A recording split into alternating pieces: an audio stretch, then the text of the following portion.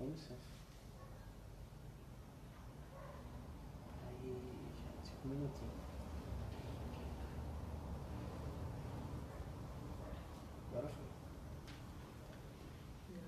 Gyate, gyate, hara, gyate, hara so, gyate, moji, soaka, gyate, gyate, hara, gyate, hara so, gyate, moji, soaka.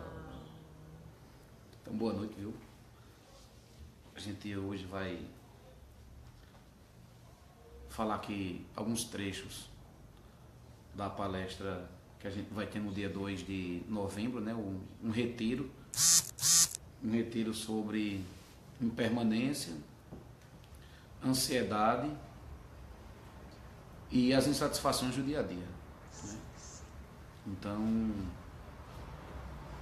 primeiro a questão da impermanência, né? Tem uma palavra que é muito usada no budismo, que é chamada anicca, né? Anicca significa impermanência, certo? Anicca significa impermanência. Então o Buda fala que tudo que existe é uma teia interdependência de pessoas, objetos e situações, certo? Então tudo que existe é uma teia interdependente de pessoas, objetos e situações, certo? Então, assim, a impermanência é uma das principais características da realidade que a gente vive, né?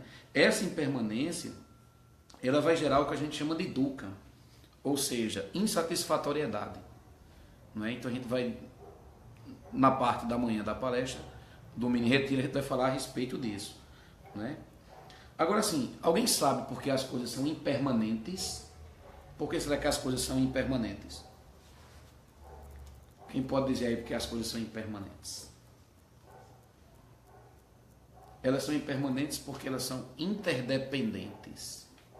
Ou seja, para alguma coisa existir, é preciso que várias outras coisas do que existam.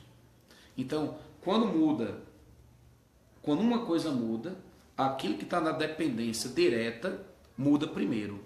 E é uma tendência que outras coisas também vão sendo o quê? Vão sendo alteradas, né? Então isso é o que a gente chama de anicca, ou simplesmente impermanência, né? Então vamos dar um exemplo aqui de impermanência, para a gente entender.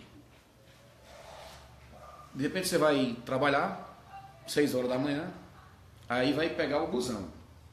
Só que o motorista do ônibus se atrasou. Ele se atrasou porque a esposa não acordou. Então ele vai acordar mais tarde, aí de repente o ônibus queria sair às 6 horas, já não sai mais. Então é uma cadeia o que? Interdependente, né? Então isso aí é chamada impermanência, certo? E a impermanência é fácil de você observar. O dia e a noite, né? O frio, o calor, o que a gente gosta, o que a gente não gosta. Só que tem um livro muito bom, um livro budista chamado Palavras do Meu Perfeito Mestre, que ele mostra que existem 4 sinais de ansiedade, de impermanência, né? 4 sinais da impermanência. O primeiro sinal que ele diz é: tudo o que nasce é impermanente e morre. Tudo o que nasce é impermanente e morre. O segundo sinal da impermanência: tudo que se acumula é impermanente e se dispersa. Não é? O terceiro sinal da impermanência diz: tudo que foi reunido é impermanente e se separa. Vou dizer de novo, terceiro sinal da impermanência: tudo o que foi reunido é impermanente e se separa. O Buda diz no Parinirvana o seguinte: não se lamentem, nosso estar juntos um dia acabaria, mesmo que eu vivesse no mundo o tempo de um kalpa. Não há encontros sem despedidas. Saibam que tudo no mundo é impermanente. O que se junta, inevitavelmente se separa. Né? Então, assim, observar a impermanência é fácil. O difícil é se lembrar de observá-la. Né? Basta você ver seu corpo quando você era pequenininho, lembrar, e hoje em dia você nota logo que tem, de fato, uma impermanência. Né? E o último sinal da impermanência, ele diz: tudo que se constrói é impermanente e desaba. Tudo que foi montado é impermanente e cai. E a gente passa a vida inteira montando coisas. Só que a impermanência vem e faz o quê? E desaba. Desaba nem que seja com a nossa morte, ou com a morte de alguém. Né? Então, a grande reflexão que a gente vai fazer no dia 2 de novembro é, na parte da manhã, sabendo que tudo que existe é impermanente, o que é que eu faço?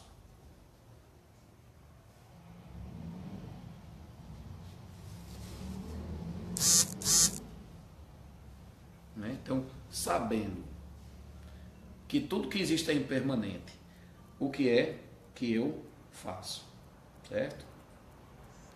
E para a gente encerrar um pouquinho essa parte aqui da impermanência, quando você junta a questão da impermanência com a questão do que é a vida, a gente começa a perceber logo que a vida é um fluir, né? A vida é um constante passar do tempo. Tá bem? A vida é um fluir, é um constante passar do tempo. Só que a gente fica preso, muitas vezes, ao passado. E esse passado é importante, porque esse passado ele vai dar uma base para a gente, né? Esse passado vai dizer, ó, existe um elo entre isso aqui, você no presente, e aquilo que já foi, né? Mas só que a gente, às vezes, fica excessivamente preso a esse passado. Por isso que um dos objetivos da gente analisar a impermanência é ver o que já foi e como fazer para voltar para o presente. E não sair do passado direto para o futuro, porque aí já é o quê? Ansiedade. Aí já é ansiedade. Né? Então, assim, como viver, como morar no momento presente. Certo? Então, tem um psicólogo que ele diz, o nome dele é Georges da Silva, ele diz: a vida é uma série infindável de manifestações. Um fluxo constante de criações, transformações e extinções. Um constante vir a ser. A realidade, no sentido budista, é anicca, ou seja, é impermanência. E essa impermanência, quando a gente não sabe lidar com ela, ela vai gerar o quê? Insatisfação. Ela vai gerar insatisfação, ela vai gerar sofrimento, né? Vai gerar dukkha. Então é uma coisa importante que você faça essas reflexões, certo? Uma vez uma pessoa disse: não, mas refletir sobre a ansiedade quer dizer que eu vou ficar frio, vai me fazer ficar irresponsável? Não. Fazer você refletir sobre a ansiedade significa dizer que você vai ficar criterioso, criteriosa, né? Ou seja, eu vou ficar muito mais criterioso, criteriosa no que eu penso, no que eu sinto e no que eu falo. Né? Porque às vezes as pessoas têm esse argumento, né? Já que tudo é impermanente, eu vou fazer tudo de qualquer jeito. E esse não é o objetivo. Né? Já que é impermanente, eu faço o quê? Eu faço bem feito. Certo? Então a gente vai fazer umas reflexões a respeito disso.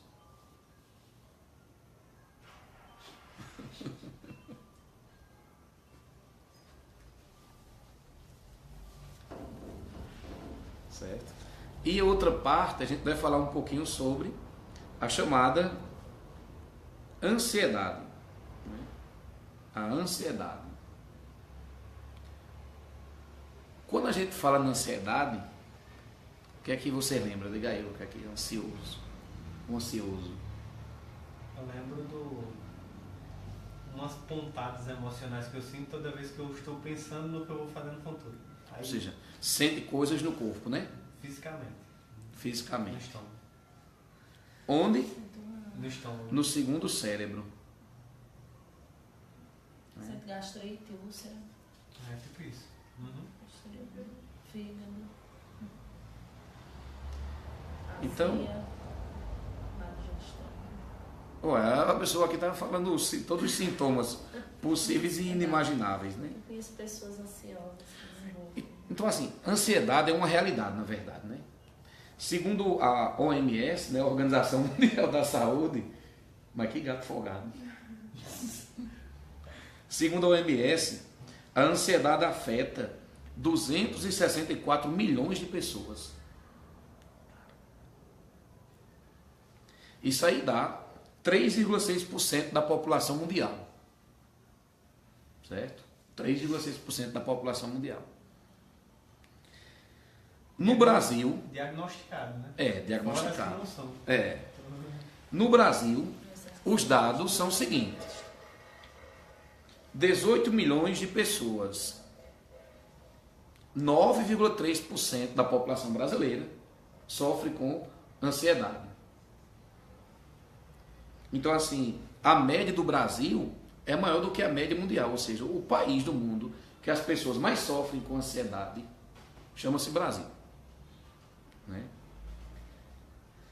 E outro dado interessante é que cerca de 80%, ou melhor, 80 mil pessoas no Brasil estão afastados do seu emprego por conta da ansiedade ou algum transtorno relacionado a ela. Aí tem várias teorias para falar dessa questão da ansiedade, né? Será que a ansiedade de fato vem aumentando? Há quem diga que sim e há quem diga que não. Tem pessoas, né, que dizem que a ansiedade, na verdade, agora está mais fácil de diagnosticar. Né? E outros dizem não, de fato a gente está vendo uma sociedade que tem essa característica da ansiedade, porque a gente não sabe como se relacionar com a série de mudanças que ocorrem na vida da gente e no mundo. A gente não sabe como lidar com isso. Então isso vai gerar também uma série de quê? Uma série de ansiedade. Outros, né, dizem que se diminuiu o conceito do que é saúde e aumentou o conceito do que é patológico. Então é por isso que essa questão da ansiedade fez o quê? Aumentou consideravelmente. Né? Aí alguém pode perguntar, qual é o perfil da pessoa ansiosa? Né? Isso é massa, isso é interessante. Quais são as pessoas mais propensas a sentir ansiedade? De maneira geral, cada caso é um caso, né? De maneira geral, são pessoas muito valorizadas no trabalho. Além de pessoas valorizadas no trabalho, são pessoas também perfeccionistas. Pessoas exigentes de si e exigentes dos outros. E também as pessoas que vivem muito sob tensão, né? Pessoas que vivem para cumprir um determinado resultado. Né? Isso é um tipo de ansiedade. E o discurso do ansioso é mais ou menos simples da gente observar. Muitas vezes o ansioso, ele tem aquele discurso, não vai dar certo. Né?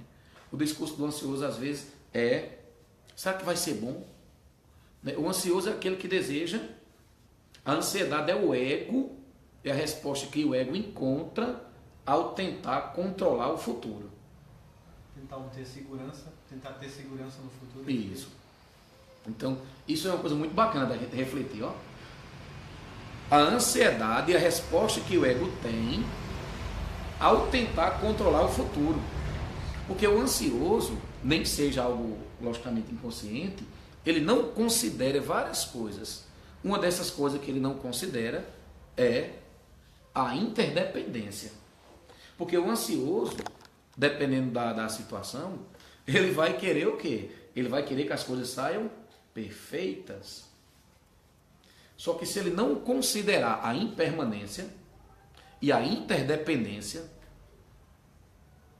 a situação fica difícil. Porque a gente cria causas e condições para as coisas se manifestarem. sei lá, de repente eu desejo fazer um bolo. Então eu tenho que ter os elementos do bolo. Será que eu só tenho os elementos do bolo significa dizer que o bolo vai sair? Não necessariamente. Porque existe a interdependência, existe a impermanência. De repente você colocou tudo lá, todos os ingredientes. Aí chega alguém na sua porta e lhe pede uma ajuda, diz que alguém morreu. Então, é importante que a gente considere na vida a chamada impermanência e também a interdependência. Então existe aí o perfil da pessoa ansiosa, certo? Que a gente também vai tratar um pouquinho.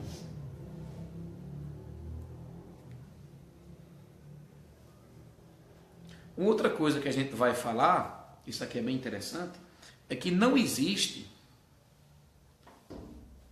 para nossa mente uma diferença muito grande entre aquilo que a nossa mente cria e aquilo que de fato é concreto, aquilo que de fato é real. Dá para entender isso? Como é? Vou repetir. Para nossa mente, não existem grandes diferenças entre aquilo que de fato é concreto, é real, e aquilo que é criado por ela. Basta ver um filme ou uma novela. Você vai assistir um filme, aí tem lá um filme de terror. Aí o seu corpo sente tudo aquilo. Do mesmo jeito que se fosse uma cena de terror, o seu corpo sentiria tudo aquilo. Né? Então aí a gente já está falando de um aspecto importante, que é a necessidade de você se apossar da mente, de você retornar para o momento presente e não viver lá no passado e nem viver ansiando pelo futuro, né? Ou seja, a questão de morar no presente, que a gente também vai falar, né? Questão de estabelecer a mente atenta, certo? E a última coisinha para a gente encerrar aqui é que a ansiedade ela tem os pontos positivos e tem os pontos negativos também, né? A ansiedade é o que me faz levantar logo cedo para poder ir trabalhar, querendo, gostando, porque eu sei que eu posso ajudar as pessoas, eu sei que eu posso também me ajudar. Então a ansiedade ela também é movimento. A ansiedade ela pode salvar vidas. De repente você sabe que tem um lugar que não é muito bom, muito legal, aí essa ansiedade lhe faz evitar de andar por determinados lugares. Só que tem a ansiedade que é a mais prejudicial, que a gente vai analisar depois com calma. Né? Então, fica aí algumas reflexões para a gente fazer nesse dia 2 de novembro. Uhum.